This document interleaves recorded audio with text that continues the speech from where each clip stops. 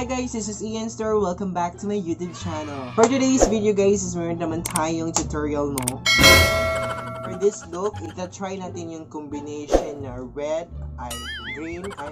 green at saka yellow. So, ang ilalagay natin sa ating eyeshadow is green at saka yellow. So, actually guys, yung green at saka yellow is ang pinaka hindi maganda kapag hindi siya maayos na nilagay.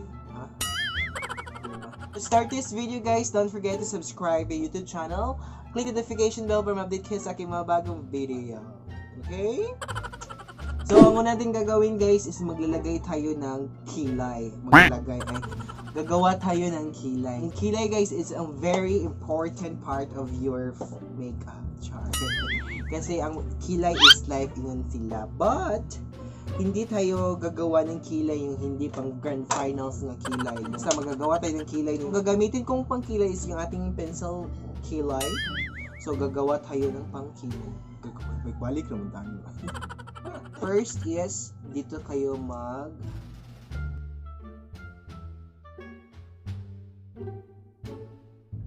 gamitin natin yung brush dito sa kabila guys. So, iba-brush natin siya pa-upward.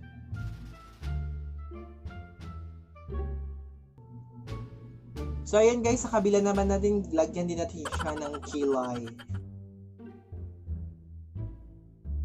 So, ayan. So, same sa kabila, iba-brush din natin siya guys.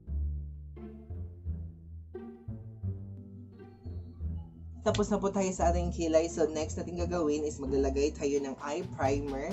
So, ang gagamitin kong eye primer guys is, asa naman to, day? Hindi na kong ikikit. So, magagamit tayo ng eye primer. Nilagay natin siya sa mata. Isugpod nun sa baba. Gamitin ko itong brush to blend it. Para ma-blend siya.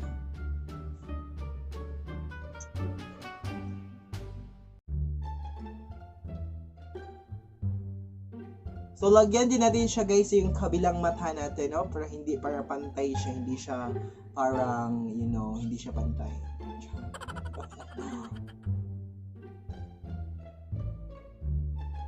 Tapos guys, natin paglagay is mag-blend na tayo ng ating beauty blender. So, i-blend natin siya guys. Na-blend na natin siya. Set natin siya ng powder. So, it's very easy lang to guys. So, magsiset lang tayo ng powder dito. So, para hindi siya didikit sa paglalagay natin ng eyeshadow. Ang gagamitin natin eyeshadow itong palette na to, and then kukunin natin color first is yung color yellow. Ito. Ayan. Yellow. So, ilagay dito, no?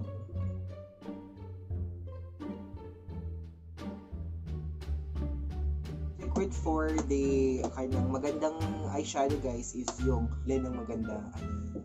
Yung kabilang mata namin natin lagyan ng color yellow.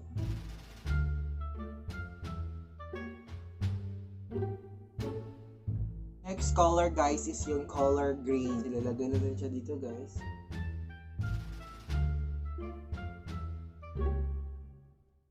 Color green na siya, no? Color green. Maganda ba siya guys? Maganda ba siya?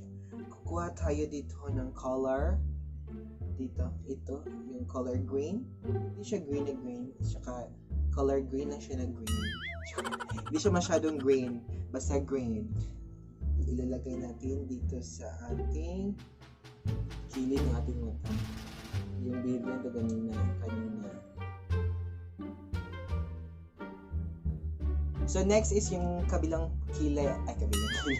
So next is yung kabilang mata naman guys. Lagyan natin siya ng color green.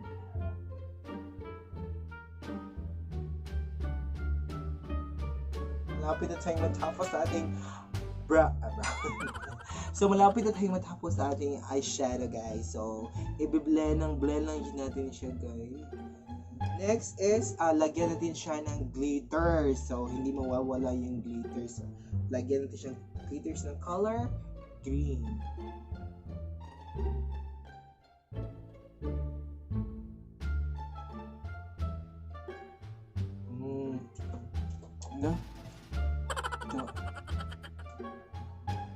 Lagyan natin siya ng color green. Then, lagyan din siya natin ng color yellow guys sa ibaba. Natin siya ng color block. So, gagawa tayo ng color...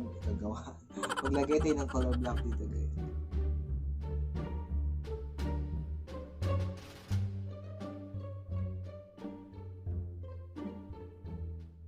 Maglagay tayo ng liquid eyeliner dito sa ating baba ng ngiti.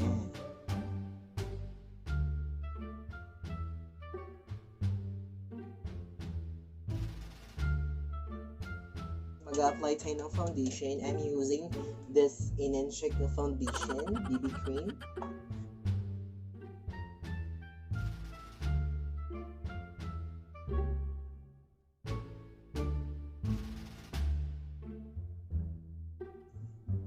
Maglagay tayo ng powder dito sa ating binablush inay. So, i-brush natin yung ating mga excess powder sa ating mukha to make it.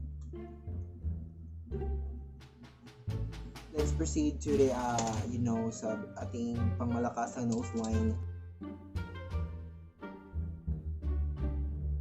Let's proceed to our blush on. So I'm gonna using this color dito.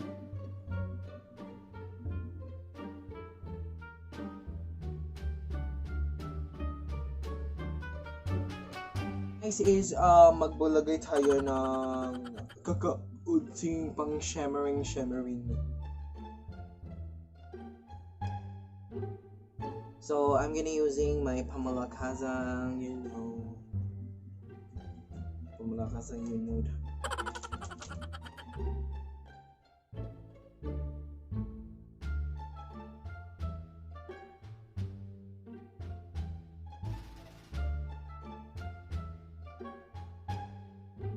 So ayan guys, malapit na po tayong matapos guys. So for the final look, just stay tuned, yes? So just wait lang for the final look, then I will be right back. 20 minutes later.